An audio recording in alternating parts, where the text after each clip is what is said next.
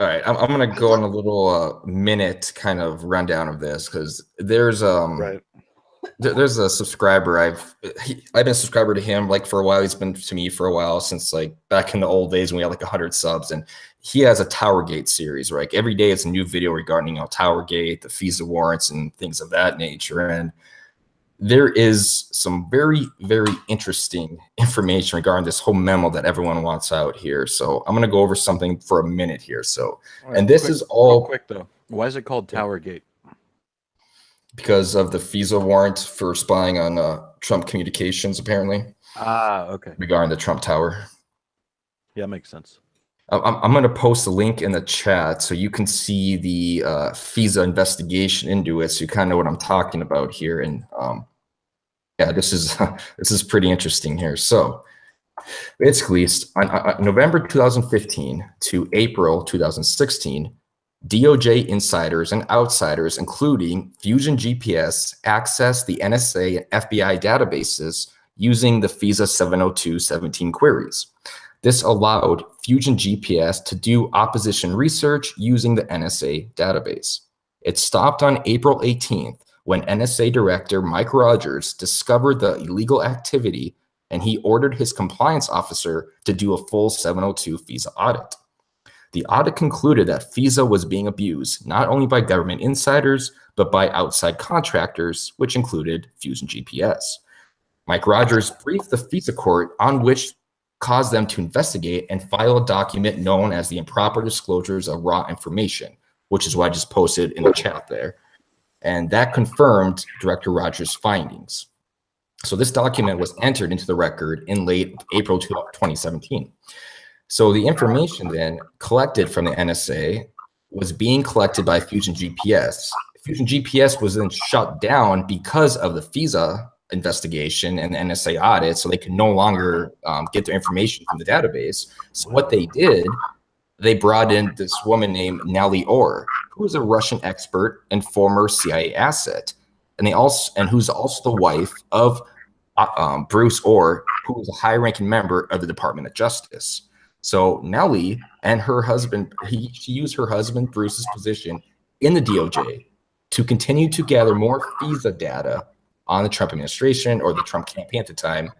And then what they did, Fusion GPS and all those that are working with them, they created a draft, and they gave that draft to Christopher Steele, and he basically took credibility for it. Even though Christopher himself didn't actually create the draft, Fusion GPS got the draft using FISA. They gave it to Christopher Steele, and they made up a story that, you know, what he did, he investigated, he wrote himself. So, I mean, this was essentially an attempted coup to stop Trump from becoming president. Thoughts? I know. It's nuts. Like, you know, his channel is great. It's just nuts. They used a FISA warrant to allow Fusion GPS to use NSA data collection, right? Am I following this right? Yep. And that wiretap President Trump and do opposition research and all of that. Yep. They were basically allowed to, I think the FISA order, okay, someone's, I think speaker's kind of loud. I'm hearing my echo. Yeah, anyways, they used FISA order to basically garner information on Trump administration, all to try to just destroy him from becoming president. And we see this more and more. I mean, Peter Strzok and the woman he was screwing, they basically, I mean, he admitted on her in a text message that we have to stop this one way or another. Right. I'm just blown away that they were able to get a FISA court. Yeah, it's on that link I sent in the chat. If you click on it, it's page 82 of the document. It says like non-compliance. That basically means outside contractors. That's where they were allowed to look at the NSA database, which is nuts. I mean, first off, FISA in itself, I believe, is unconstitutional. Second, if you are going to use it though, you sure as hell do not allow outside contractors, especially one which is a firm that has been used to help the DNC in the past, look at it. So the only logical conclusion I think you can make from that is that Obama allowed this to happen because he wanted to make sure Trump did not become president, because he would destroy everything Obama actually worked on. So he allowed this atrocity to happen on the attempt of stopping Donald Trump from becoming president one way or another, either to tarnish reputation, before the election, or to destroy him after the election by this whole Russiagate scandal, which is completely nonsensical, to be honest. Yeah, I well, mean, it sounds you like say- someone on an acid trip came up with and was like, "Yeah, that's a good idea."